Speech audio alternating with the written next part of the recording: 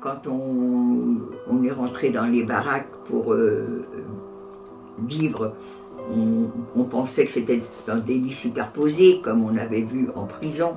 Eh bien là, pas du tout. C'est des espèces de niches. Dans chaque niche, on est minimum 6. Donc la personne, quand on les a amenés dans les baraques, la personne qui nous a accueillis dans les baraques nous a dit son rôle. Elle est là pour nous commander. On doit lui obéir au doigt et à l'œil. Et si on ne le fait pas, eh bien, elle a le droit de nous tuer sur place. On ne la punira jamais. Donc, si on veut être bien avec elle, eh bien, il faut faire ce qu'elle veut et pas discuter. Alors, on nous explique que c'est là qu'on va se coucher et qu'on ne peut pas être 6 côte à côte. Il faudra 3 dans le fond et 3 devant, comme les sardines dans une boîte. Alors, moi, j'ai ces koyas, ça s'appelle des koyas, ces niches, elles se font 2 rangées qui se font face à face. Moi, j'ai la chance d'être à l'extérieur, c'est-à-dire ceux qui sont dans le fond sont dans le noir, alors que moi, mais par contre, c'est écœurant parce que j'ai les pieds de celles qui sont dans le fond sous mon nez, alors qu'elles ne se sont pas lavées, mais elles aussi, elles ont mes pieds sous leur nez et on ne s'est pas lavé. Alors on est réveillés, il est 3h30 du matin, on nous a réveillés, il faut tout de suite être dehors. Donc je ne vous ai pas dit que quand on a été rasé et tondu, après on nous a donné des vêtements. On s'imagine que les déportés ont des vêtements rayés, mais non, les Juifs n'y ont pas droit. Les Juifs, c'est trop beau de leur donner des uniformes, ça va pas ça, non. Non, nous, on va avoir ce qu'il leur reste, des colis des colis, des valises qui sont arrivés avec leurs propriétaires dans les wagons. Vous vous rappelez que les wagons, on ne doit pas prendre les bagages avec nous.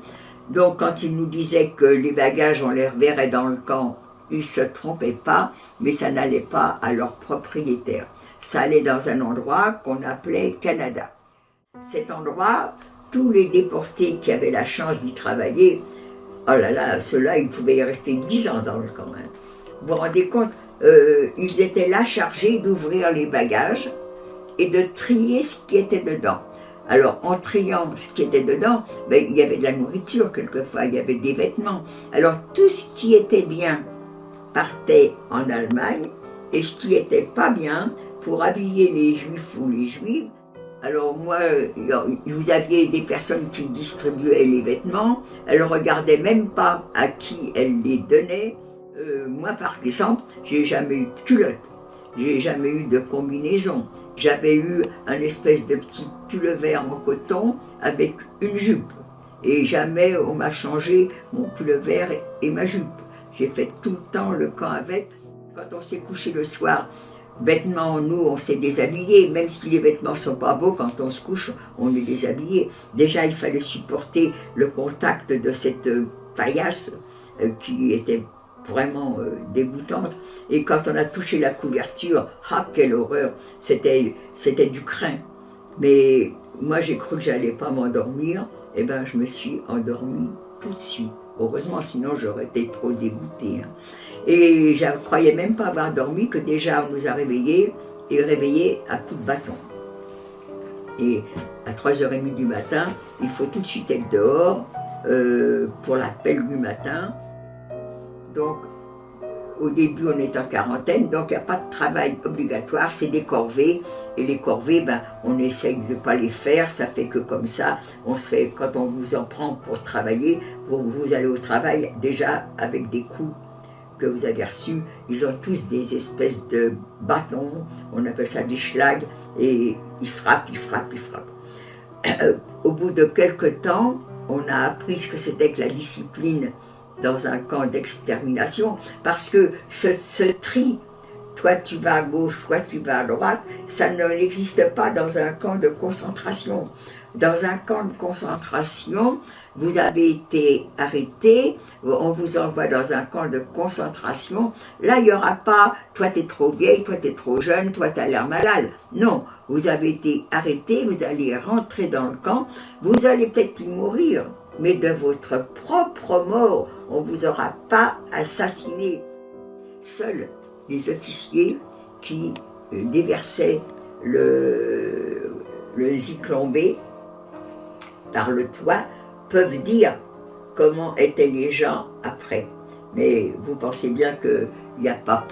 Moi je sais, je suis sûre qu'il y a eu des photos de prise.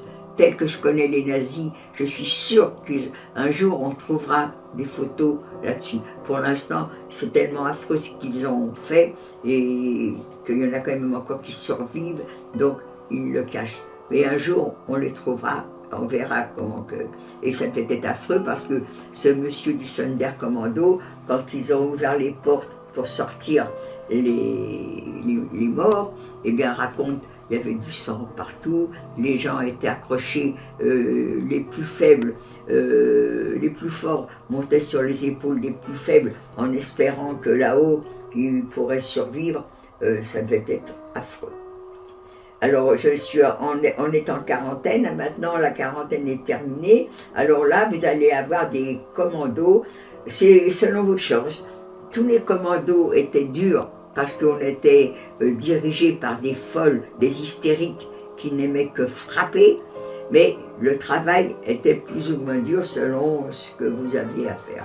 Moi, mon travail, c'était de embellir le camp de Birkenau. Avant, c'était un marécage. Les gens de mon commando ont creusé des fossés, des grands, des petits, des moyens. Petit à petit, le terrain s'est asséché. Petit à petit, on a réussi à créer quelques routes et grâce à nous, à mon commando, le camp de Birkenau est quand même un peu mieux que ceux qui sont arrivés en 41-42, ont trouvé. Ensuite, avant, quand moi je suis arrivée, vous vous rappelez que je vous ai dit qu'on s'arrêtait en dehors du camp. Eh bien, à partir du mois de mai 44, mon commando, nous avons entre avril et mai installé des rails et le train maintenant, au lieu de s'arrêter comme avant en plein milieu des champs, arrivait jusqu'au pied des chambres à gaz. Donc les histoires de camions, c'était fini, ils avaient trouvé une autre parade en disant « vous allez prendre des douches ». Ça fait que les gens croyaient prendre des douches et c'était la mort qu'ils trouvaient. Je suis restée jusqu'en 40, je suis en train de rappeler, en novembre 44. En novembre 44, j'ai la chance de quitter Birkenau pour aller dans un autre camp. Ça c'était Bergen-Belsen.